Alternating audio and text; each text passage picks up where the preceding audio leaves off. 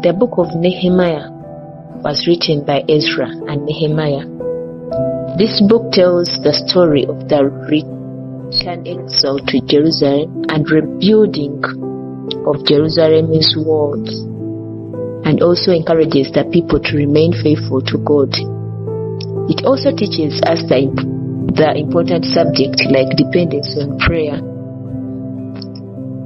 God's work in history, the importance of God's word, the courageous and wise leadership.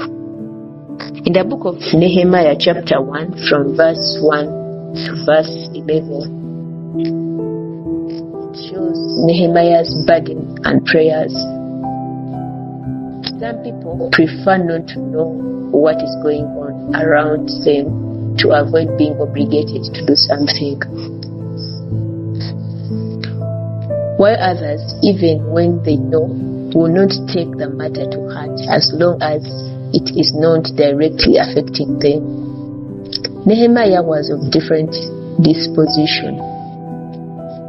Through living comfortably in the land of his exile in Shushan as a cupbearer to the king, and you read verse 11, the news about his homeland unsettled him. What was the news? In verse 3, and they said unto me, the remnant that are left of the captivity, they are in province, are in great affliction and reproach. The walls of Jerusalem also is broken down, and the gates thereof are burned with fire. And then we see Nehemiah's response, verse 4. And it came to pass, when I heard these words, that I sat down and wept and mourned certain days, and fasted and prayed before the Lord of heavens. The news about the reproach that had befallen Jerusalem afflicted him, to the point of mourning and embarking on some days of praying and fasting. How moved are you to pray over unprecedented happenings in your life, family, school, church, community, or your country?